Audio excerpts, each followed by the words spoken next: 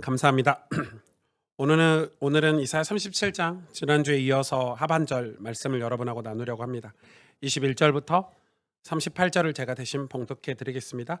아모스의 아들 이사야가 사람을 보내어 히스기야에게 이르되 이스라엘 하나님 여호와께서 말씀하시되 내가 아수르의 사네림 왕의 일로 내게 기도하였도다 하시고 여호와께서 그에 대하여 이같이 이르시되 처녀딸 시온이 너를 멸시하며 조소하였고 딸 예루살렘이 너를 향하여 머리를 흔들었느니라.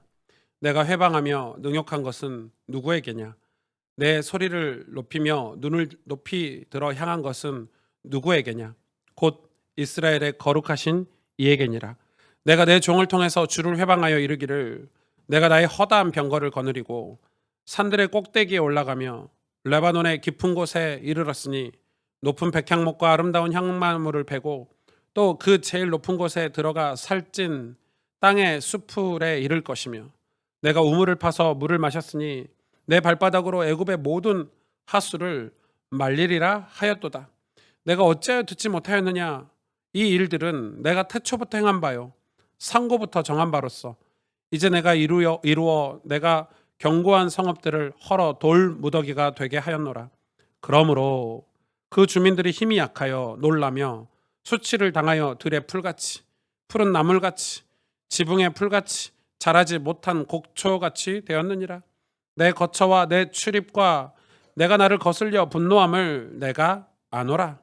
내가 나를 거슬려 분노함과 내 오만함이 내 귀에 들렸으므로 내가 갈고리로 내 코를 꿰며 재갈을 내 입에 물려 너를 오던 길로 돌아가게 하리라 하셨나이다. 왕이여, 이것이 왕에게 징조가 되리니 올해는 스스로 난 것을 먹을 것이요 둘째에는 또 거기에서 난 것을 먹을 것이요 셋째 해에는 심고 거두며 포도나무를 심고 그 열매를 먹을 것이나이다.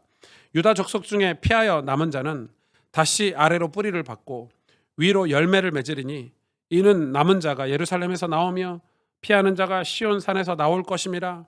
만군의 여호와의 열심히 이를 이루시리이다. 그러므로 여호와께서 아수르 왕에 대하여 이같이 이르시되 그가 이 성에 이르지 못하며 화살 하나도 이리로 쏘지 못하며 방패를 가지고 성에 가까이 오지도 못하며 흉벽을 쌓고 치지도 못할 것이요 그가 오던 길 곧 그 길로 돌아가고 이 성에 이르지 못하리라. 나 여호와의 말이니라. 대저 내가 나를 위하여 내 종 다윗을 위하여 이 성을 보호하며 구원하리라 하셨나이다 하니라. 여호와의 사자가 나가서 아수르 진중에서 18만 5천인을 쳤으므로 아침에 일찍 일어나 본즉 시체뿐이라. 이에 아수르의 사네립 왕이 떠나 돌아가서 니느웨에 거주하더니 자기 신 니스록의 신전에서 경배할 때 그의 아들 아드람멜렉과 사레셀이 그를 칼로 죽이고 아라랏 땅으로 도망하였으므로 그의 아들 에살 핫돈이 이어 왕이 되니라. 아멘.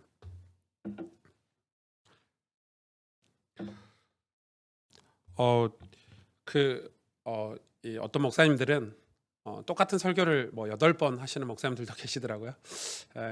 저는 그렇게는 못할 것 같아요. 2번 하는 것도 굉장히 벅차고 또 오전 예배 설교 또 오후 예배 오늘 하는 설교가 조금 많이 그 뉘앙스도 많이 달라지더라고요. 대상에 따라서 조금 달라지는 것 같아요. 여러분이 주중에 말씀을 한 번 더 들을 때는 2부 예배 오신 분들은 1부 예배 설교를 꼭 들으시면 여러분에게 도움이 많이 되시리라고 생각이 듭니다. 오늘 이 본문은 지난주 히스기야가 제사장 무리들과 자기 고관들을 이사야 선지자에게 보내고 자기는 기도하러 갔죠. 그리고 이사야 선지자에게 갔던 고관들이 답변을 가지고 와서 이사야 선지자가 히스기야 왕에게 이제 답변을 이야기하는 그런 본문 장면입니다. 본문 장면이고 그래서 이제 뭐라고 답변을 하는지 오늘 자세히 기록이 되어 있습니다. 저는 이제 그 리서치를 보통 많이 하잖아요. 뭐 정치인들도 하고 뭐 기업들도 하고 뭐 리서치를 많이 하는데 뭐 리서치가 꼭 전부 맞다 이렇게 생각되진 않아요. 뭐 30%다, 40%다. 이게 뭐 어떤 오차 범위가 있겠지만 뭐 불특정 다수에게 이렇게 조사를 하면 또 그게 틀릴 수도 있다 이런 생각을 하지만 그래도 리서치라는 거는 그래도 그 시대의 어떤 분위기라든지 그 시대에 어떤 일어나고 있는 현상들을 대변해 주는 역할은 충분히 할 수 있다라고 저는 생각을 합니다. 그러니까 이게 뭐 퍼센테이지를 정확하게 맞다 틀리다 이거는 잘은 모르겠지만은 그래도 사람들이 이런 걸 불편해하는구나. 사람들이 이런 목소리를 내고 있구나. 이거를 이렇게 대변해 주는 거라고 생각을 합니다. 미국에서는 한동안 20세기에 들어서 이 교회, 기독교 리서치 단체들이 많이 생겨서 진짜 많은 리서치를 많이 냈고, 우리나라도 2000년대 하반기에 들어서 이런 리서치 자료들이 굉장히 많이 나오고 있습니다. 이걸 믿어야 될지 말아야 될지는 잘 모르겠지만 분위기는 맞다고 생각을 합니다. 어떤 리서치 기관에서, 기독교 기관에서 이런 리서치를 했습니다. 교회에 가도, 교회를 다녀도 내게 아무런 변화가 없다. 교회를 다녔는데 내가 아무런 변화가 없다. 이게 40%랍니다. 그러니까 10명 중에, 교회를 다니는 사람 10명 중에 4명은 교회를 10년, 20년, 30년 다녔는데 아무런 변화가 일어나지 않았다라고 이제 설문조사를 한 거죠. 제가 볼 때는 이거 좀 잘못된 거다. 왜냐면 한 80%는 될 것 같은데 이런 생각이 좀 들더라고요. 40%밖에 안 된다고? 아무튼 교회 가도 아무런 변화가 일어나지 않는다라고 이렇게 발표가 되고 있고, 요즘 들어서 이런 리서치 기관에서 이제 발표하는 내용들을 들어보면 영적으로 교회가 침체가 됐다, 예배 숫자가 감소가 되고 있다, 주일학교가 없어지고 있다, 이런 부정적인 조사 결과들이 끊임없이 발표가 되고 있습니다. 많이 안타깝죠. 많이 아프고 마음이 아프고, 실제로 그런 리서치 결과들이 나오는 걸 이렇게 언론을 통해서 보고 있으면 되게 교회가 되게 위기구나, 교회가 문제가 많구나, 이런 생각들을 되게 많이 합니다. 그런데 그 리서치 한 기관에서 그 리서치를 발표하면서 그렇게 된 가장 큰 원인을 또 이게 발표해서 올렸어요. 첫 번째가 뭐냐면, 가장 큰 원인으로 실제로 성경을 읽는 사람이 줄고 있다, 이렇게 발표를 했습니다. 그러니까 성경을 실제로 읽는 사람이 줄고 있다는 것입니다. 그러니까 교회가 아무런 변화가 없고 영적으로 침체가 되고 예배 숫자가 감소가 되고 주일학교가 줄고 있고, 이거에 대한 큰 원인으로 성경을 실제로 읽는 인원이 줄고 있다는 거죠. 저는 충분히 이게 이해가 가요. 왜냐하면 옛날에는 우리 장로님, 권사님들 신앙생활 하실 때는 읽을 게 성경밖에 없었어요. 70년대, 80년대 교회 다니는 분들이. 지금은 신앙서적도 많고 유튜버도 많고 언론도 많고 볼 게 많고 읽을 게 많고 들을 게 많기 때문에 이거 성경을 읽고 이렇게 앉아 있기가 너무 힘든 시대인 거죠. 그래서 실제로 성경을 읽는 사람이 계속 줄고 있는 거죠. 요즘 교회들은 미디어가 발달해 가지고 큰 교회 목사님들, 저도 그렇게 설교를 하잖아요. 여러분 주중에 주일 설교를 꼭 다시 들으십시오. 10번만 들으시면 됩니다. 매일 들으십시오. 그 말은 성경을 읽지 말란 말이거든요. 우리가 그렇게 한가하지 않은데, 시간이. 그래서 성경 읽는 사람들이 점차 줄고 목사님 설교만 계속 일주일 내내 귀에 달고 다니는 그런 시대가 됐어요. 또 하나는, 그렇게 된 두 번째 이유는 뜨거운 기도 모임들이 사라지고 있다는 거예요. 그래서 뭐라고 기록하고 있냐면, 요즘 시대는 개인의 영성을 강조하는 프로그램들, 그런 메시지들이 많이 나온다는 거예요. 개인의 영성을 강조하는 프로그램들이 많다 보니까 뭐가 사라지냐면, 우리가 함께 모여서 기도하는, 뜨겁게 기도하는 게 사라지고 있다는 거예요. 일리 있죠. 여러분, 예전에는 모였다 하면 기도했어요. 구역예배만 모여도요, 막 통성으로 합심으로 뜨겁게 같이 기도하던 시절이 있었어요. 근데 지금은 이제는 그런 이 뜨겁게 기도하는 시대들이 점차 사라지고 있어요. 개인의 영성은 뛰어날 수 있어요. 근데 저도 일리가 있는 게, 이 말이, 저도 그런 책의 영향을 진짜 많이 받은 세대잖아요. 그래서 저도 아시다시피 제가 목회 초기에 여러분 묵상일기 쓰십시오, 개인 묵상이 중요합니다, 이러면서 저도 개인의 영성을 강조하는 메시지나 사역들을 진짜 많이 했어요. 그런데 우리 리서치를 보고 놀랐어요.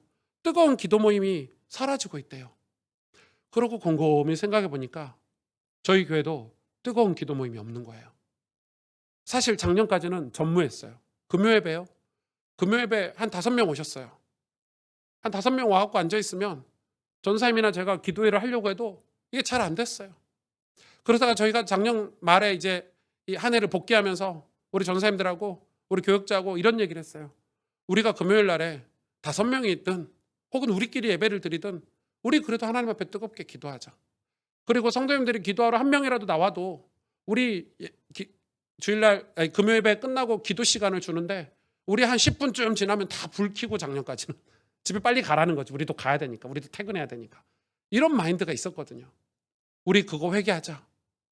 정말 기도하면 뭐 성도님이 끝까지 기도하고 갈 때까지 불 켜지 말고 우린 교회에서 노글 받고 사례비를 받고 일하는 직원이니까 그리고 우리도 기도하자 하나님 앞에. 이렇게 이제 지난 작년 말에 우리가 막 같이 기도하고 한 해를 복귀하면서 그런 이 은원들을 나눴었거든요. 그래서 올해 그나마 정말 신기한 거는 올해부터 금요예배가 정말 기도하는 사람들이 늘기 시작했어요. 놀랍죠. 그런데도 불구하고 이런 기도 모임들이 정말 많이 사라지고 있어요. 안타깝죠. 이게 이유라는 거예요. 저는 요즘 이 부흥에 대해서 되게 많이 공부를 하고 싶고 또 공부도 하고 있지만 뭐 개인적인 바람은 좀 한계가 있는 것 같아요. 요즘은 제가 제 마음에 이 공부를 하고 싶다 이런 생각이 좀 많이 들어요. 그래서 대학원을 다시 들어가 볼까? 대학원을 다시 들어가긴 너무 힘들고 이 나이에 너무 힘들고 이 디민을 좀 해볼까? 이런 생각도 좀 들고요. 그런 생각이 들고 막 이렇게 알아보고 있는데 사실 제가 공부를 한 3년 뭐 4년 이렇게 하면 제가 목회적으로는 엄청 손해가 있을 것 같아요. 공부하면은 사역을 잘 못하니까. 근데 제가 손해가 있지만은 제 마음에 어떤 마음이 드냐면 아니야, 내가 목회적으로는 좀 활동에 좀 제약이 있고 손해를 보더라도 근데 우리 자녀들과 후대들을 위해서는 공부를 좀 집중해서 하고 싶어 이런 생각이 되게 많이 들어요. 왜냐하면 지금 제가 뭐 사역하면서 지금 활동하면서 이 공부를 하려고 하다 보니까 집중하기가 굉장히 어려워요. 그래서 아예 공부를 학교를 다녀볼까 이런 생각도 해요. 교회가 만약에 허락해 주신다면 뭐 이제 의논을 좀 해봐야 되겠지만 아무튼 그런 마음이 들 정도로 부흥에 대해서 좋은 자료를 찾아보고 준비하고 좋은 논문과 또 책을 써보고 싶은 그런 마음들이 들어요. 왜냐하면은 제가 요즘 나온 책들을 보면 다 뭐냐면은 기술, 뭐 전략, 뭐 이런 내용들이에요. 대다수가.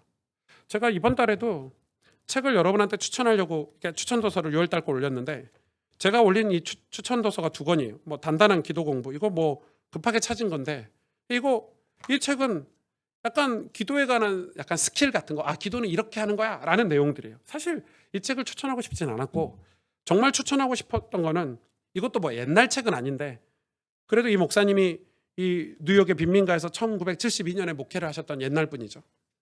이 이름이 짐 신발라요. 이거 이름이 좀 이상한데 이름을 발음을 잘해야 될 것 같아요. 신발라인데 제가 발음이 짐 신발라요, 진짜로. 이런 책을 좀 보고 싶은 거예요. 왜냐하면 이 책에 차이가 있어요. 이 책은 기도는 이렇게 하는 거야 라는 이런 책이라면 이 책은 그 기도를 실제로 하셨던 간증들인 거예요. 그러니까 사실 이 책이 너무 좋아요. 근데 이 책을 왜 추천을 못했냐?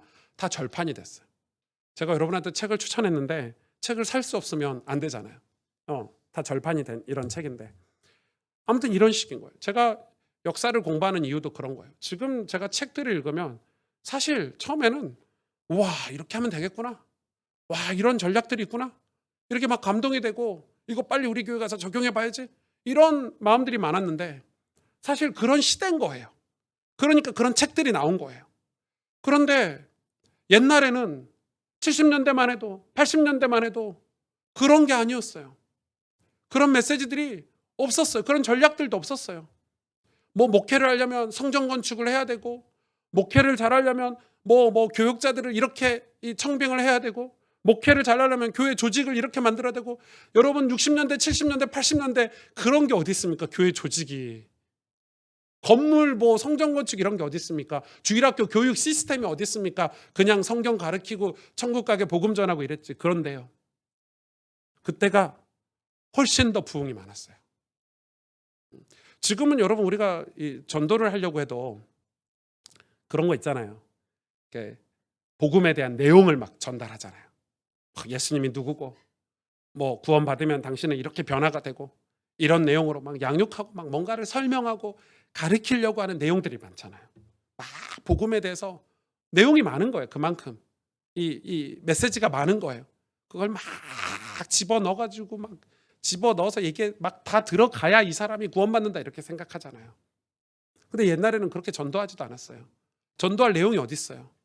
그런데 제가 어떤 책을 보다가 진짜 감동이 되는 장면이 나왔는데, 어떻게 그 한 마을에 부흥이 벌어지고 있냐면, 이, 이, 이 남편이 맨날 술만 먹고 외도하고 도박하고 집에 오면 부인 때리고 이런 남편이 어느 날 이 부인이 교회 한 번만 가자고, 우리 교회에서 부흥회 하는데 부흥회 한 번만 가자고. 근데 그 부흥회 가서 성령을 받아버린 거예요. 우와, 남편이 성령을 받으니까 완전 새 사람이 된 거예요. 나중에 교회 집사가 됐는데, 어떻게 그 마을이 다 복음화 되냐면, 부흥이 되냐면 뭐라고 얘기하냐면, 야, 저 남편이, 저 술주정뱅이가 예수 믿고 집사가 돼서 새 사람이 됐다더라. 당신도 교회 가자. 당신도 교회 가자. 이 화상아, 너도 교회 가면 변화될 수 있단다. 뭐 할 말이 뭐가 있어요. 복음의 내용 말하지도 않는 거예요. 그런데도 온 마을이 다 예수 믿고. 여러분, 정말 부흥에 대해서 저희는 확인하고 싶은 게요. 저는 그런 마음이 있어요. 저는 어떻게 하면 우리 성도님들의 삶에 부흥이라는 게 임할까?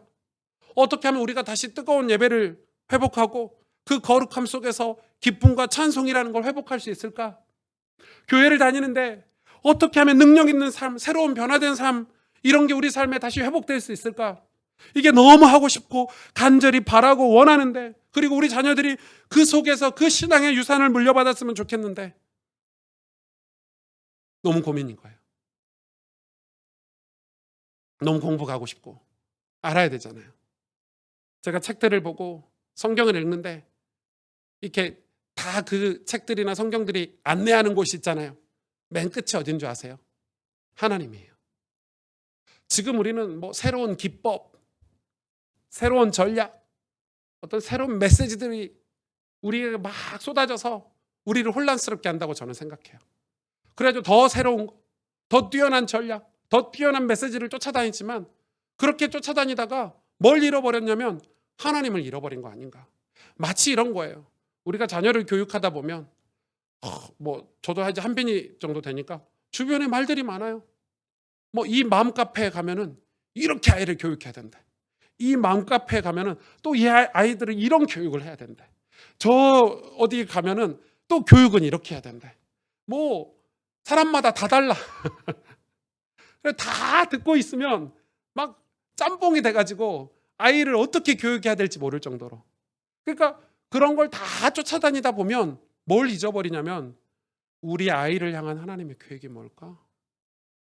우리 아이를 사랑하는 하나님의 계획이 뭘까? 또 내가 아이를 사랑하고 우리 아이를 바르게 키우기 위해서 하나님 앞에서 기도하는 것들을 다 잃어버리는 거예요.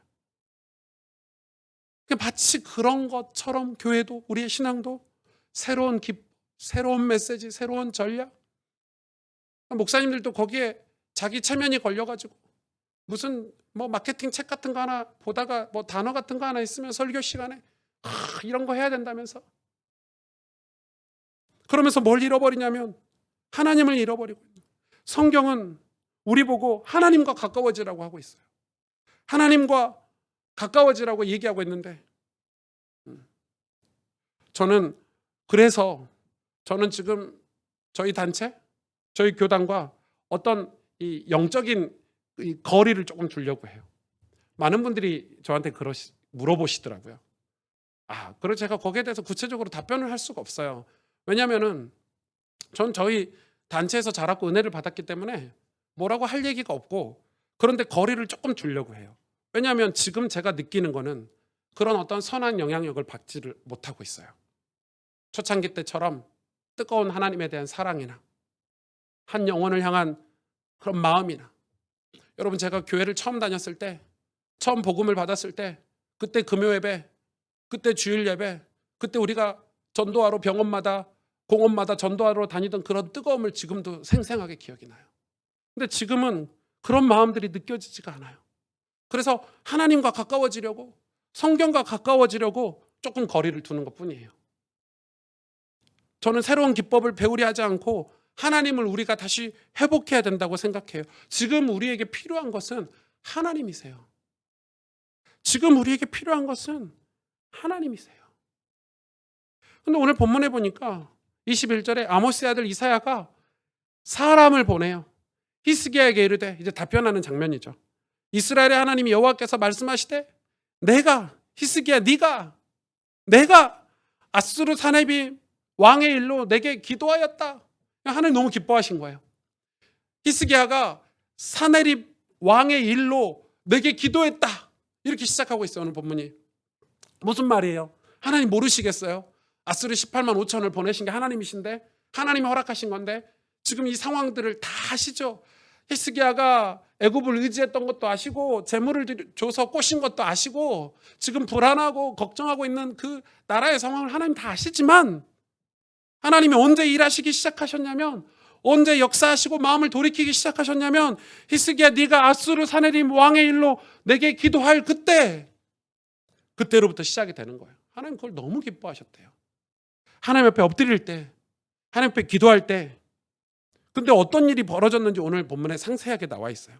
22절부터 29절에 보니까, 22절에 여호와께서 그에 대하여 이같이 이르시되, 여기서 그는 누구죠? 아수르 사네립이죠. 여호와께서 그에 대하여 이같이 이르시되, 처녀딸 시온이 너를 멸시하며 조사하였고 딸 예루살렘이 너를 향하여 머리를 흔들었느니라. 이 말은 무슨 말이냐면, 이게 말도 안 되는 소리예요. 지금 아수르 군대가 예루살렘 성을 조롱하고 머리를 흔드는 거예요. 야, 쟤네들 안 되겠다, 죽여버리자, 이럴 때잖아요. 근데 지금 하나님 뭐라고 얘기하시냐면, 처녀딸 시온이 너를 멸시하고 처녀딸 예루살렘이 너를 향하여 머리를 흔들어. 이 예루살렘 시온은 다 뭘 상징합니까? 하나님 당신을 상징해요. 내가 너에 대해서 머리를 흔들고 있어. 너 안 되겠다, 너 멸시하고 있는 거예요. 불쌍하다, 이렇게 얘기하고 있는 거예요. 그 이유가 뭐냐면 23절부터 내가 해방하여 능욕한 것이 누구에게냐? 내가 소리를 높이며 눈을 높이 들어 향한 것이 누구에게냐? 곧 이스라엘의 거룩하신 이 아니냐? 그러니까 지금 이 아수르가 싸우고 있는 게 남유다라는 나라가 아니고 하나님인 거예요. 거룩하신 하나님인 거예요. 24절에 내가 내 종을 통해서, 이 랍사게를 통해서 주를 회방하여 이르기를, 내가 나의 허다한 병거를 거느리고 산들의 꼭대기에 올라가며 레바논의 깊은 곳에 이르렀으니 높은 백향목과 아름다운 향나무를 베고 또 그 제일 높은 곳에 들어가 살찐 땅의 수풀에 이를 것이며, 내가 우물을 파서 물을 마셨으니 내 발바닥으로 애굽의 모든 하수를 말리리라 하였도다. 이건 뭐예요? 18만 5천 군대가 사람만 움직이는 게 아니라 병거가 움직이니까 18만 5천 군대가 움직이는 곳은 다 초토화됐어요. 백향목 다 잘라야 돼요. 길을 만들어야 되니까. 그리고 가서 머물러 있으면요, 어떻게 돼요? 풀 자라는 거 다 쑥대밭 되고요, 바닥에 있는 물, 지하수 다 끌어서 마시니까 완전 초토화가 되는 거예요. 18만 5천 군대가 움직이는 데가 초토화가 되는 거예요. 오늘 보니까 병거가 산꼭대기에도 올라간대요. 이게 무슨 말이에요? 옛날에는 이 성들과 싸울 때 이 아수르 군대가 얼마나 전략적이고 똑똑하냐면, 성이 높으니까 병거가 갈 수가 없잖아요. 문을 잠그고 있으면. 그래서 이 성, 만리장성처럼 이런 성의 높이만큼 흙을 쌓아갖고요, 이 길을 만들어버린 거예요. 그러니까 성으로 병거를 보내버리는 거예요. 이렇게 넘겨가지고.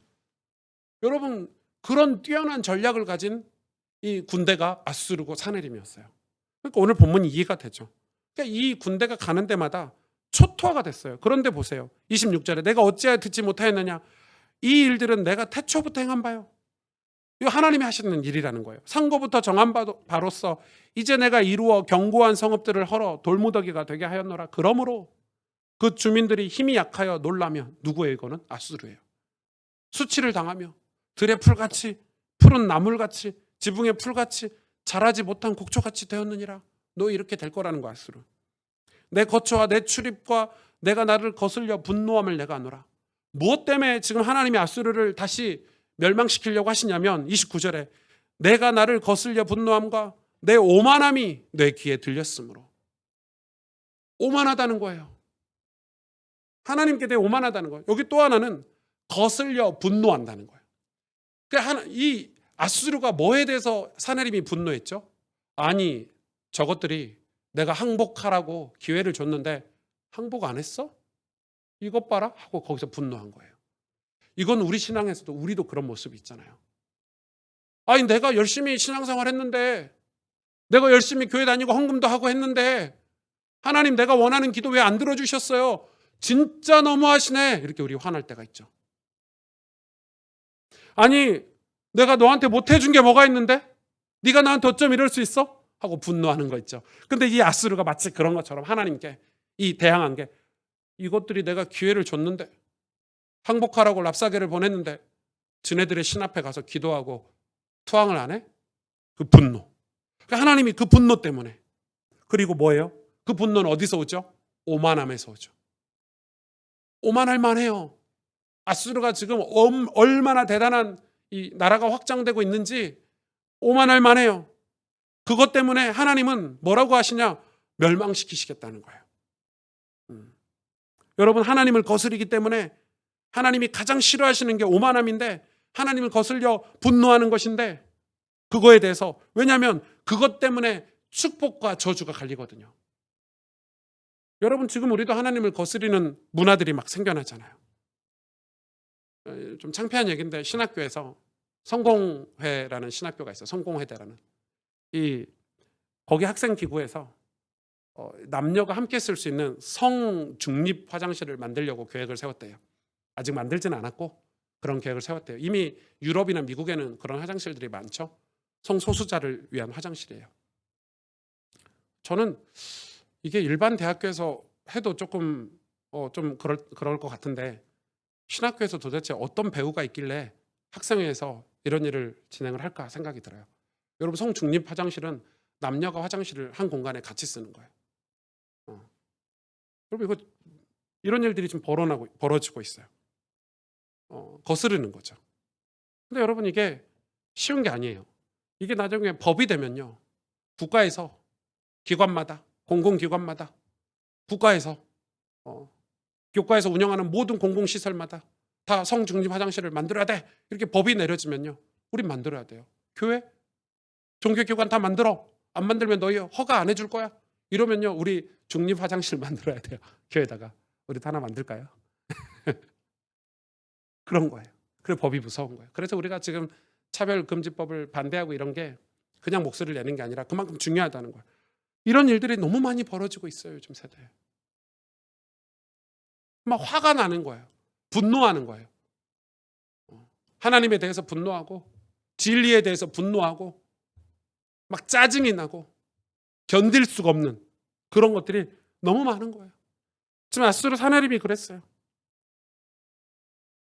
여러분, 하나님을 경외하는 마음, 하나님을 예배하는 어떤 하나님이 진리라고 생각하는 것들이 점차 사라지고 있어요. 사내립은 전략, 전술, 실력, 이런 모든 걸 다 갖추고 있었지만 하나님을 두려워하지 않았던 거죠. 우리도 그럴 수 있어요. 저와 여러분도, 이 시대를 살아가는 저와 여러분도, 심지어 교회도, 목회자인 저도 그럴 수 있다는 거예요. 우리가 어떤 위치에서 어떤 일을 잘하고 또 나를 어떻게 잘 꾸미면 된다고 생각하는데, 하나님을 두려워하지 않는다, 하나님을 살아계신 하나님으로 당신의 섭리와 경륜을 믿지 않는다, 그러면 거기서 축복과 저주가 결정이 되는 거예요. 여러분, 이건 너무 중요하죠. 그래서 이 하나님이 이 사내립에 대해서 이런 메시지를 주시고, 그 다음 주신 게 뭐냐면 그거에 대한 징조를 주시는 거예요. 그게 뭐냐면 30절에 32절이에요. 왕이여, 이것이 왕에게 징조가 되리니 올해는 스스로 난 것을 먹을 것이요, 둘째에는 또 거기에서 난 것을 먹을 것이요, 셋째에는 심고 거두며 포도나무를 심고 그 열매를 먹을 것이니다. 무슨 말이에요? 전쟁 때문에 초토화된 땅이 첫째, 둘째는 농사 지을 수 없어요. 그냥 자연적으로 난 음식을 먹고 셋째부터는 농사를 지을 수 있다는 거예요. 그러니까 아수르가 쳐들어오지 않을 거다라는 확신을 지금 준 거죠, 징조로. 31절, 32절에. 근데 그 이유에 대해서 이렇게 설명하고 있어요. 유다 족속 중에 피하여 남은 자는, 근데 뭘 피하고 뭘 남았다는 말이냐? 주어가 없죠? 근데 그런 자는 다시 아래로 뿌리를 받고 위로 열매를 맺으리니. 근데 그거에 대해서 32절이 설명하고 있어요. 이는 남은 자가 예루살렘에서 나오고 피하는 자가 시온에서 나올 것임이라. 무슨 말이에요? 지금 이 기도의 사람들을 얘기하는 거예요. 우리는 히스기야 한 명만 기도했다고 생각하는데, 히스기야 왕이 지도자가 엎드려 기도하니까 수많은 믿음의 사람들이 예루살렘에 가서 엎드려 피하고 남고 또 시온에 가서 기도했다는 거예요. 그 말은 하나님 앞에 가서 하나님 앞에 경배하고 기도했다는 거예요. 그런 남은 자들이 뭐예요? 하나님이 땅에 뿌리를 밟고 열매를 맺게 하시겠대요. 그렇게 엎드리는 자를 통해서 32절 하반절에 보니까 만군의 여호와의 열심히 일을 이루시리라 이렇게 말. 하나님의 열심을 끌어내는 거예요. 하나님의 열심을 끌어낸다 성경은 표현하고 있어요. 분명히 하나님은 이사야 선지자를 통해서 이 말씀을 전달하는, 괜찮을 거다, 살 거다. 왜요? 이유는 하나예요. 엎드렸기 때문에. 엎드렸기 때문에. 여호와 앞에, 살아계신 하나님 앞에 엎드렸기 때문에, 여호와 앞에 피하고 여호와 앞에 남아서 기도했기 때문에 하나님은 지금 너희들을 보호하겠다 이렇게 성경은 설명하고 있어요. 우리가 지금 목회를 하면서 제가 대단한 목회자는 아니잖아요. 인터넷에 검색해도 이름도 안 나오는 목회자고 아무 신문이나 언론에 나오는 목회자는 아니지만 그래도 하나님 앞에서 제가 목회라는 걸 하면서 계속 생각해 보는 거예요. 지금 우리가 뭘 놓치고 있을까? 우리가 지금 놓치고 있는 게 뭘까? 무엇이 없어서 우리 마음을 힘들게 할까? 저에게 상담 오시는 분들이 목사님 진짜 감사해요. 너무너무 행복해요 해서 상담 오신 분은 없거든요. 목사님 진짜 너무 기쁜 거 나눠주려고 이렇게 왔어요. 좋은 소식을 가지고 저한테 상담 오는 분은 거의 없어요. 그래서 목사가 힘든 거예요. 여러분은 좋은 소식 가지고 오시면 좋을 것 같고 대부분이 힘들고 어려우니까 목사를 찾아요. 근데 힘들고 어려운 그 마음이 힘들고 어려운 게 처음에는 경제 문제가 있기도 하고 가정의 문제가 있기도 하고 자녀들의 문제가 있기도 해요. 그래서 상담을 하다 보면 본인들도 그게 아니라는 걸 깨달아요. 여러분 솔직히 돈인가요? 건물인가요? 교회가 건물이 요즘 현대식은 요즘 현대 목회는 성전을 무조건 예쁘게 지어야 된대요. 주차장도 좋아야 되고요. 일리 있어요. 저도 일리 있다고 생각해요. 저희 교회 주차장이 얼마나 불편하십니까? 오실 때마다. 또 저희 교회는 이 반 지하라서 올 때마다 냄새가 나고요. 여러분이 냄새를 좀 덜 느끼는 거는 일부 예배 오신 분이 다 그 냄새를 맡아 흡수해서 가셨기 때문에 일부 예배 냄새가 좀 덜해요. 저는 어젯밤에 토요일 밤마다 제가 일부 예배를 드린다는 심정으로 여기 이 환기를 시키고 제습을 하고 여름이면 그러니까 지금 이런 이 예배당에 이렇게 기둥 많은 교회는 우리 교회밖에 없을 거예요. 이런 교회 누가 생각해도 이런 교회는 부흥되기가 힘들어. 조건이 안 돼. 주차장도 불편하고 교회 건물도 허름해가지고요. 막 하늘에서 떨어지고요. 그런데 그게 아니잖아요. 책들은 이렇게 얘기해요. 조직을 잘 만들고 교회 건축을 잘하고 프로그램을 잘 만들고 시스템을 잘 갖추고 구역 조직을 잘 만들면 그럼 하나님이 부흥해 주실 거다라고 말하지만 제가 부흥의 역사를 공부하고 교회사를 공부하면 그게 아니다는 결론이 나와요. 아무리 건물을 잘 해놔도 하나님이 거기에 임재하시지 않으면 하나님을 두려워하지 않으면 끝나는 거예요. 거긴 더 이상 하나님이 관심을 두지 않으세요. 그러나 반대로 허름해도 제가 저희 교회를 제 모교회를 처음 갔을 때 판넬 교회였거든요. 와 진짜 교회 별 볼 일 없더라고요. 비 오면 비 새고 그 빨간 커튼을 잊을 수가 없는데 그런데요. 그 허름한 교회가 금요일 밤에 얼마나 뜨거웠는지 아직도 기억이 생생해요. 얼마나 하나님을 경배했는지.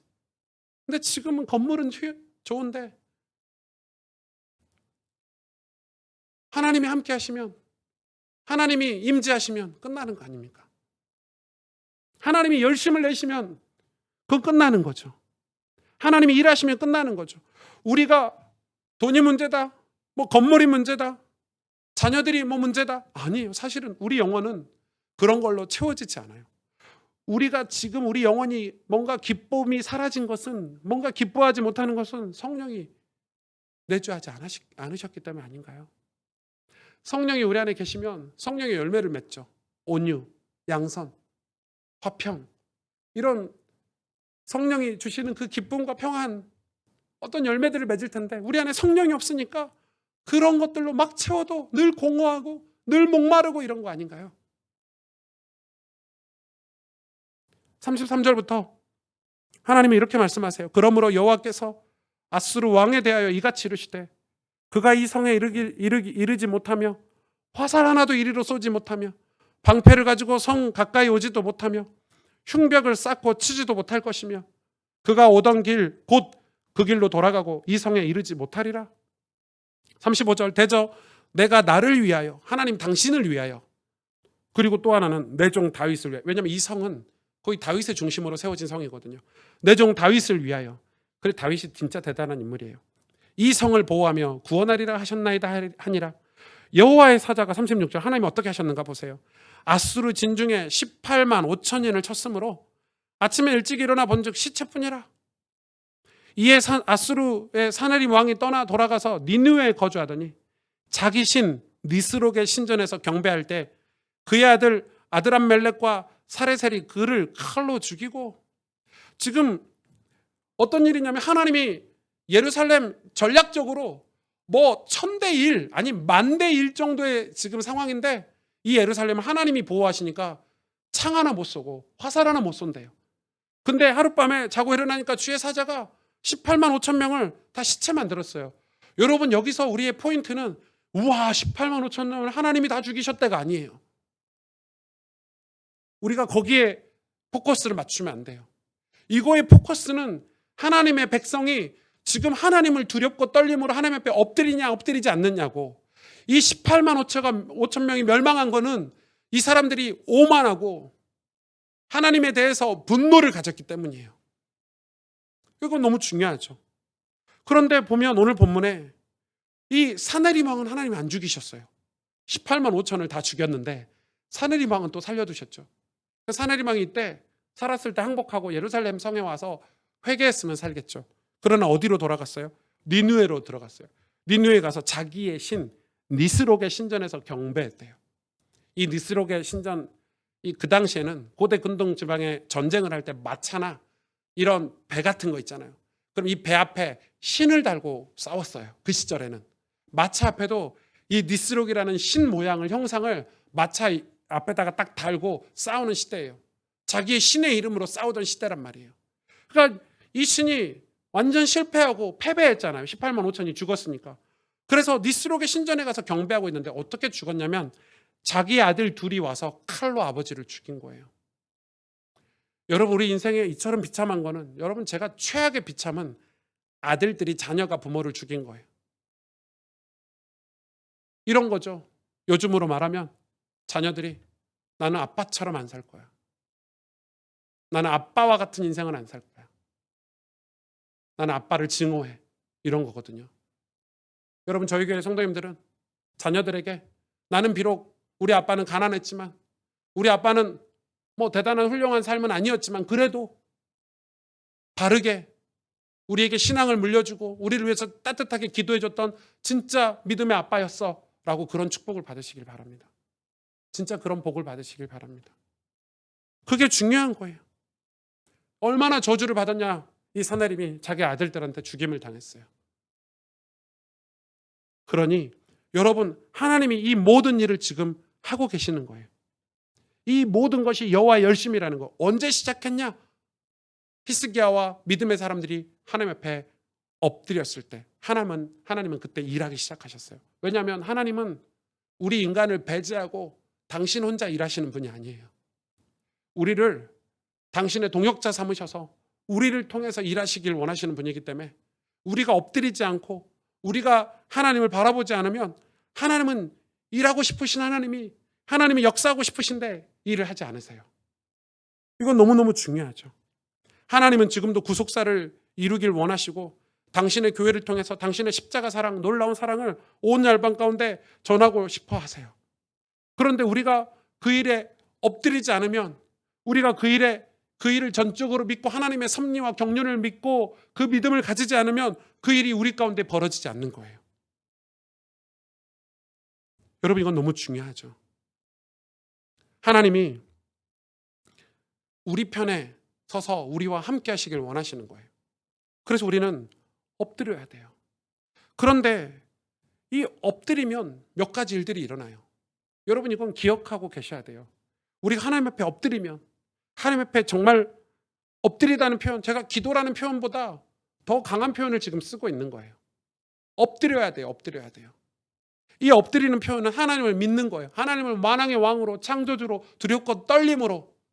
하나님을 두려워하지 않으면 어떻게 되죠? 인간은 교만하고 오만해져요. 그래서 하나님 앞에 엎드리면 몇 가지 일이 일어나는데 그 첫째가 뭐냐면 성령의 임재를 경험하게 돼요. 하나님 앞에 엎드리면 일어나는 일이에요. 성령께서 우리 안에 오시게 돼요. 여러분, 성령이 우리 안에 오시게 되는 거, 그거 우리가 엎드릴 때 벌어지는 일이에요. 저는 저희 교회 예배 프로그램을 조금 갱신하고 싶은 마음이 있어요. 제가 공부를 하다 보니까 지금은 저희 예배 프로그램이 뭐 1시간 반, 2시간 이 사이에 다 끝내야 돼요. 마치 결혼식하고 비슷해요. 제가 어제 결혼식 갔는데 25분에 다 끝나더라고요. 목사님 주례가 3분 하시더라고요. 빨리 저는 교회 본당에 뭐 다른 욕심은 없는데 저희 교회 청년들이 저희 교회에서 결혼할 수 있는 시스템이 됐으면 좋겠어요. 정말 무슨 기계처럼 이렇게 판 찍어내듯이 탁탁탁 찍어내잖아요. 지금 우리 교회 프로그램도 비슷해요. 예배 1부 예배, 2부 예배, 3부 예배, 4부 예배. 어떤 교회들은 그게 신학적으로 맞는지 틀린지 모르겠는데 토요일 날 아침부터 1부가 시작돼요. 그 말은 토요일 아침 일찍 예배 드리고 놀러 가는 걸 허용해 주는 거잖아요, 교회가. 그리고 그걸 공식 예배로 아예 못 박아놨어요. 토요일부터 1부가 시작이 돼요. 그래서 그 중에 뭐 한 10몇 부까지 있는 예배 중에 하나만 드리면 되는 거예요.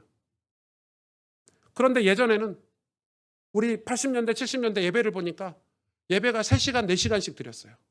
물론 그 당시에는 숫자도 없고 뭐 할 일도 없고 이러니까 그랬는지 모르겠지만은 그 예배가 설교도 목사님이 2시간씩 설교를 지루해했다, 힘들어했다 그럴 수도 있겠죠. 근데 그게 아니에요. 설교만 그런 게 아니고 예배 끝나고 기도하는데 성도들이 가질 않아요. 뭐하니라고, 말씀 듣고 눈물 흘리고 울고 있니라고, 그거 하나님 앞에 엎드려 기도하고 있니라고 가질 않아요. 근데 우리는 예배 12시에 끝나서 빨리 밥 먹으러 가야 되는 거예요. 메뉴 제가 그래서 청소년 수련회 얘기도 했죠. 청소년 수련회 와가지고 저녁 집회 때 그 황금 같은 시간에 말씀 끝나고 아이들이 막 성령이 임하셔가지고 회개하고 눈물 흘리고 있는데 목사님들 다 나가요. 나가면서 그냥 나가면 좋은데 한마디씩 해요. 기도회가 너무 길어. 이유가 뭔지 아세요? 간식 먹어야 된대. 간식을 제때 먹어야, 너무 늦게 먹으면은 안 먹으면 안 돼요. 밥 먹어야 된대. 수련회 와서 씻고 자야 된대. 쉬어야 된대. 수련회를 왜 왔어요? 돈도 안 내면서 말이야, 목사님들은. 그러니까 정말 이상해요. 정말 이상하고 너무너무 이상해요. 우리가 성령을 받고 하나님 말씀을 받고 회개하고 은혜 받고, 그래서 주일이라고 해서 예배만 드리고 가기 바쁜 이 구조를 좀 벗어나고 우리가 어떻게 하면 엎드릴 수 있을까? 옛날에는 농사 짓는 분들이 대다수였잖아요. 이 성경을 한글을 몰라가지고 읽지도 못하고 또 성경을 읽을 시간이 어디 있어요, 피곤해서. 교회 오면은 사모님한테, 목사님한테 한글을 배우고 성경 읽기 바쁜 거예요. 평일날은 성경 읽기가 힘드니까 주일날 교회 가가지고 일찍 가가지고 성경 읽기 바쁜 거예요. 너무 은혜 받아가지고 교회라도 가서 성경 읽으려고 한글을 배우고 이러던 시절이 있었어요. 지금은요, 세련됐죠. 이 타임에 일어나야 돼, 이런 거 있잖아요. 이때는 조명이 이렇게 해야 돼. 물론 그게 나쁘다는 거 아니에요. 저도 세련된 거 좋아하고 저도 깔끔한 거 너무 좋아해요. 지저분한 거 싫어해요. 그러나 그것 때문에 하나님을 놓칠 수 있다니까요. 그것 때문에 성령의 임재를 놓칠 수 있어요. 정말 어떻게 하면 성령의 임재가 있을까? 어떻게 하면 우리가 은혜를 받을 수 있을까? 어떻게 하면 성령께서 우리에게 임하셔서 우리가 새 사람이 되고 회복할 수 있을까? 여러분, 이 말씀이 부담일 수 있지만은 지금 우리는 그 어떤 것보다 시급하게 회복해야 될 게 이거라고 생각해요. 성령의 임재. 그래서 편리주의라든지 우리의 라이프 스타일이라든지 그걸 방해하는 모든 것들을 우리는 갱신하고 회개할 수 있어야 된다고 생각해요. 엎드릴 때 성령이 임재하세요. 두 번째는, 우리가 엎드리면 두 번째 일어나는 일은 바로 복음을 회복하고 첫사랑, 그러니까 처음 받은 복음을 지키게 돼요. 이거는 중요한 문장이에요. 이 복음을 지키게 돼요. 다시 말해서 엎드리지 않으면, 기도해서 성령을 받지 않으면 처음 복음을 변질시켜요. 그래서 많은 기독교 단체들이나 교회들이 처음에는 안 그랬는데, 처음엔 뜨거웠는데, 처음에는 오직 하나님 오직 은혜 이랬는데 나중에 변질되고 자기의 경험이나 자기의 전략 이런 것들이 쌓여가지고 하나님이 사라지고 변질이 돼요. 복음을 지키지 못하게 되는 거예요. 왜요? 엎드리지 않았기 때문에. 여러분, 구원이라는 것은, 이건 여러분 잘 들으셔야 돼요. 신학적으로 의미가 있어요. 중요해요. 구원은 사람이 하는 일이 아니에요. 영혼을 구원하는 것은 사람이 할 수도 없을 뿐더러 우리 영역이 아니에요. 그거는 전적으로 하나님의 주권이고 하나님의 일이에요. 그럼 인간이 하는 일은 내 안에 계신 내가 깨달은 예수 그리스도의 복음을 전파하는 일이 우리의 사명이고 우리가 해야 될 일이지, 구원은 우리가 하는 일이 아니에요. 이거 구분하실 수 있어야 돼요. 내가 누구를 구원해? 야, 내가 걔, 말도 조심하셔야 돼요. 내가 걔 영접시켜서 내가 구원했어, 이런 말 하시면 안 돼요. 천벌받을 수 있어요. 우리가 하는 일이 아니에요. 구원은. 내 조카들 내가 다 전도했어, 이런 말 하면 안 돼요. 내가 다 영접시켜서 내가 구원했어, 이런 말 조심하셔야 돼요. 우리가 내 안에 계신 복음이 너무 좋아가지고 감사하고 예수님 믿으면 천국 가는 게 진짜 믿어져서 복음을 전파할 수는 있지만 그건 우리의 사명이죠. 우리가 반드시 해야 될 일이죠. 구원은 우리 일이 아니에요. 우리 영역이 아니에요. 그런데 너무 많은 분들이 교만하고 오만해져요. 왜요? 엎드리지 않으니까. 처음 복음이 지켜지지가 않는 거예요. 첫사랑 다 사라지는 거예요. 그 은혜, 그 십자가의 은혜, 그 감동 다 사라졌어요. 이제는 막 오만하고 교만하고 이런 것밖에 남지 않는 거예요. 신앙생활 하다 보면. 왜요? 엎드리지 않아서요. 여러분, 엎드리면요, 제일 먼저 생겨나는 게 내 안에 예수님을 사랑하는 마음이 생겨요. 십자가의 복음이 회복이 돼요. 그게 감동이 돼서요. 그 은혜로 내 영혼을 사랑하게 돼요. 여러분, 내 영혼을 사랑하기 때문에 다른 영혼을 사랑할 수 있는 거예요. 내 영혼이 죽어 있는데 다른 영혼을 사랑한다는 건 거짓이에요. 내가 하나님의 은혜로 성령이 임하셔서 내가 복음이 회복돼야 다른 사람에게 복음이라는 걸 설명해 줄 수 있는 거예요. 전달해 줄 수 있는 거예요. 그래서 우리는 사랑의 메신저가 돼야 돼요. 사랑의 메신저, 예수님을 전해야 돼요. 근데 이 복음을 지킬 수가 없게 돼요, 갈수록. 왜요? 엎드리지 않으니까. 세 번째, 복음을 엎드리면 우리 삶이 새로워져요. 우리 삶이 변화돼요. 반드시 새로워져요. 저는 이렇게 생각해요. 우리의 사업이나 업, 여러분의 인생, 자녀, 교육, 우리가 생각한 모든 문제가 엎드릴 때 풀린다고 확신해요. 엎드릴 때 길이 열린다고 저는 확신해요. 우리는 지금 새로워지지 않고 변화되지 않는 시대를 살고 있어요. 그래서 갈등이 많고, 그래서 우리 마음이 공허하고 허전한 거예요. 너무 많은 세상 것들로 채워져서 갈증이 나는 거예요. 물을 마셔야 되는데 콜라 마시고 환타 마시고 쿨피스 마시고 이러다 보니까 너무 갈증이 나는 거예요. 여러분, 그런데 우리가 엎드리면 우리 삶은 새로워져요. 하나님의 섭리와 경륜을 절대적으로 믿지 않으면 신앙생활을 해도 늘 비교하고 상처받고 교만해진다는 걸 아셔야 돼요. 하나님의 경륜, 섭리, 하나님이 구속사를 이루어 가시는 그 섭리와 경륜을, 그 하나님의 역사하심을 믿지 않으면 우린 늘 비교해요. 내 자존감이라든지 내 인생의 정체성은 영원히 찾을 수가 없게 돼요. 여러분, 신앙은 그 엎드렸을 때 그 하나님의 섭리와 경륜을 믿는 성령의 역사, 복음의 역사가 있기 때문에 우리 삶은 반드시 새로워져요. 내가 변화되게 돼 있어요. 내가 변화돼야 우리 가정도 변화될 수 있고, 내가 변화돼야 우리 삶에 하나님의 선한 영향력들이 나타날 수 있는 거예요. 엎드리면 분명히 변화되고 새로워져요. 뜨거운 그 복음의 무엇인가가 우리 가슴에 이렇게 드러나게 돼 있어요. 하나님이, 여러분, 우리 편이 되셔야 되는데 하나님이 내 편이 되시도록 우리는 엎드려야 돼요. 우리가 애교를 이 하나님 앞에 해서라도 하나님을 내 편으로 모시고 와야 돼요. 시편 124편 1절에서 8절에 이스라엘은 이제 말하기를 여호와께서 우리 편에 계시지 아니하셨더라면 우리가 어떻게 하랴? 남유다 입장에서 그렇잖아요. 예루살렘 성 입장에서 그렇잖아요. 하나님이 우리 편이 아니었으면 18만 5천 군데 쑥대밭 됐겠죠. 2절 보세요. 사람들이 우리를 치러 일어날 때 여호와께서 우리 편에 계시지 아니하셨더라면 그때 그들의 노여움이 우리에게 맹렬하여 우리를 산채로 삼켰을 것이라. 그때 물이 우리를 휩쓸며 시내가 우리 영혼을 삼켰을 것이며 그때 넘치는 물이 우리 영혼을 삼켰을 것이라. 우리를 내주어 그들의 이에 씹히지 아니하게 하신 여호와를 찬송할지어다. 우리의 영혼이 사냥꾼의 올무에서 벗어난 새같이 되었나니 올무가 끊어짐으로 우리가 벗어난. 여러분 올무 아시죠? 새 잡는 올무, 짐승 잡는 올무 절대 못 벗어나요. 스스로는. 올무는 완벽하게 가두는 거거든요. 이렇게 딱 묶어버리는 거예요. 절대 못 벗어나요. 누가 끊어줘야 되는 거예요. 올무를. 지금 아수르 18만 5천은 남유다의 올무예요. 못 벗어나요. 아무리 쳐다봐도. 그러니까 히스기야가 기도하러 갔죠. 그런데 8절 보세요. 우리의 도움은 천지를 지으신 여호와의 이름에 있도다. 아멘. 아멘. 우리는 지금 하나님이 우리 편에 계시도록, 왜냐하면 하나님이 우리 편에 계시지 않는다면 우리의 믿음은 승리할 수가 없어요. 교회는 승리할 수가 없어요.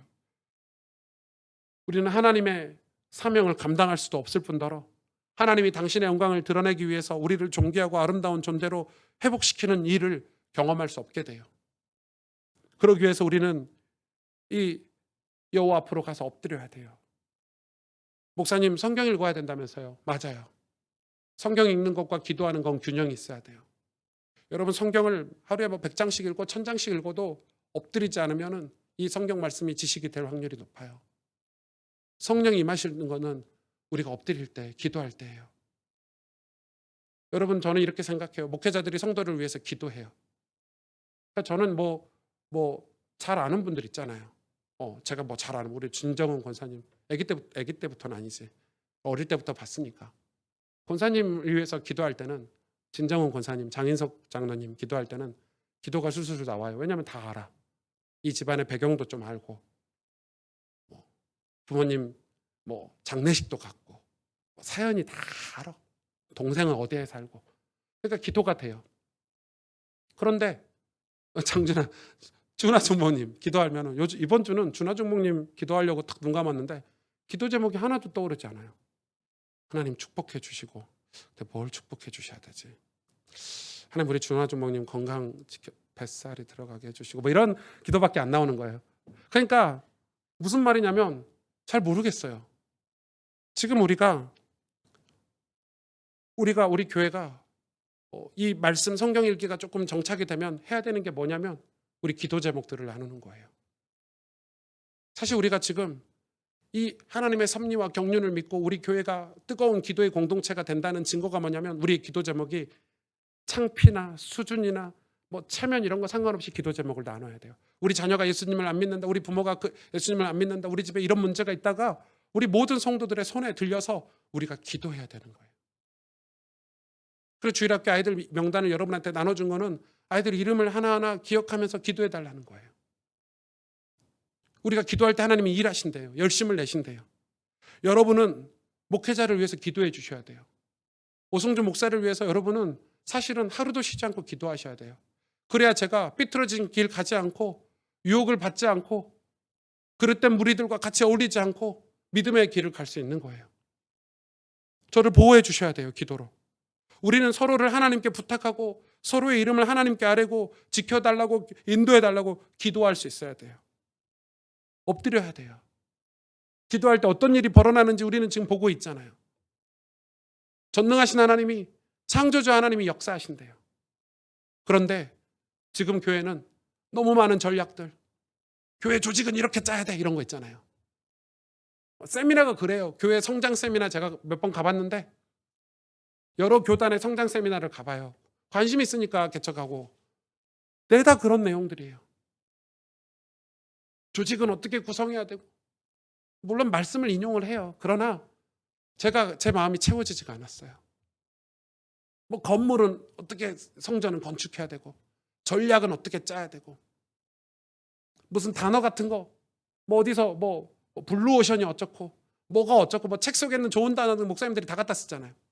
그런 거 플랜카드 이렇게 걸어놓고 으쌰으쌰 하자는 거예요. 아니잖아요. 그거 아니잖아요. 그게 목회인가요?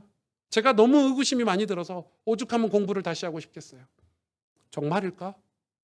하나님이 부흥회 때 정말 그걸 원하셨을까? 성경을 읽을수록, 책을 읽을수록 저를 이끌고 가는 곳은 하나님 앞이에요. 우리가 하나님 앞에 엎드려 봐야 돼요.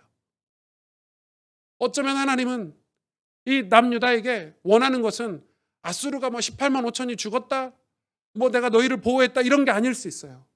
하나님이 진짜 원하고 바란 거는 히스기야가 내 앞에 엎드렸다고? 히스기야가 내 앞에 기도를 했다고? 너무 좋으신 거예요, 그게. 그게 너무 행복하신 거예요.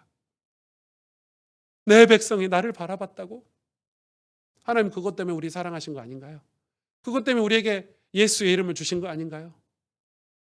그런데 우리 시대는 지금 오만함 때문에, 분노 때문에 하나님 어떻게 나한테 이럴 수 있어요? 다들 이러잖아요. 내가 하나님한테 한 게 어떤 건데, 내가 그동안 하나님 앞에 바친 헌금이 얼만데 어떻게 내 자녀를 대학도 제대로 못 보낼 수 있어요? 이런 거. 그런 분노들이 우리 안에 있잖아요. 엎드려야 되겠죠. 정말 엎드려야 되겠죠. 우리가 하나님이 다시 우리 편이 되시도록, 하나님 나의 도움이 되도록, 하나님이 우리 편에 계시지 아니하셨더라면 우리가 어쩔 뻔했냐? 오늘 시편 저자가 고백한 것처럼 하나님이 다시 내 편이 되도록, 그래서 우리 안에 성령의 역사로 다시 첫사랑 복음이 회복되고 우리가 새롭게 변화되어지는 정말 부흥이, 여러분 가정의 부흥이, 여러분 마음의 부흥이, 우리 교회 예배와 우리 공동체 안에 부흥이 있기를 원합니다. 그 부흥이 정말 다시 있을 때 이 땅이 다시 회복되고 죄인들이 회개하고 주께 돌아오지 않을까요? 주님은 회개하고 돌아오는 자를 마다하신 적이 한 번도 없으시거든요. 그 어떤 악행을 저질렀더라도 회개하고 돌이키기만 하면 하나님 받으신대요. 저는 저희 교회 오는 성도님들이 정말 예수님 만났으면 좋겠고, 정말 살아계신 하나님을 만났으면 좋겠고, 그의 인생이 성령의 역사 경험을 해보는, 여러분 우리가 평생을 교회 다녔는데 성령이 내 안에 계시다는 것도 모르고 산다면 얼마나 억울하겠어요. 우리 하나님 앞에 엎드리는, 다시 하나님 앞에 엎드리는 그런 신앙이 회복되기를 원합니다. 같이 기도하겠습니다.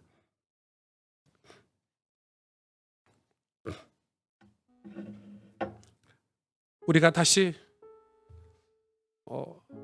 하나님 앞에 엎드리기를 원하는데, 사람들은 신앙생활을 평생 해도 하나님이 누구인지 잘 모르시는 것 같아요. 우리 주님 같은 분 없잖아요. 내 주님 같은 분 없는데, 주님이 날 위해서 십자가 지시고 나를 사랑해 주신 그 주님, 그 첫사랑, 그 복음을 우리가 받았으면서도 그 주님 다 잃어버리고, 하나님 다 잃어버리고, 내 주님 같은 분, 내 하나님 같은 분이 없다고 우리가 고백하던 우리가 어느 날 오만해지고 교만해져서 하나님이 없는 인생을 살고 있지는 않을까? 하나님은 우리에게 진짜 복 주시길 원하시고, 정말 우리를 통해서 당신의 영광 십자가의 사랑을 전 세계 전하는 빛나는 존재로, 하늘의 별과 같은 존재로, 축복된 존재로 우리를 사용하시길 원하시는데, 우리가 하나님 편에 있을 때라야 그 일이 가능하잖아요. 하나님이 내 편일 때라 가능하잖아요. 그런데 우리는 그 하나님을 잃어버린 거예요. 내 주님을 잃어버린 거예요. 이 땅 위에 내 주님 같은 분이 없는데도 다른 모든 것들이 그 자리를 대신 차지하고 있는 거죠. 오늘 우리가 같이 기도하길 원해요. 우리가 다시 우리 주님, 내 사랑하는 주님, 주님 한 분이면 만족한다고 고백했던 우리의 신앙, 주님만이 나를 구원할 수 있고 주님만이 우리 가정을 살릴 수 있고 우리 아버지 하나님만이 내 인생을 복되게 할 수 있다는 거 우리 다시 회복하길 원해요. 하나님, 그러기 위해서 하나님 앞에 엎드리겠습니다. 주님께 피하고 주님께 숨겠습니다. 주님 앞에 나아가겠습니다. 오늘 우리 말씀을 붙잡고 우리 아버지 하나님 앞에 간절히 기도하겠습니다. 하나님 아버지,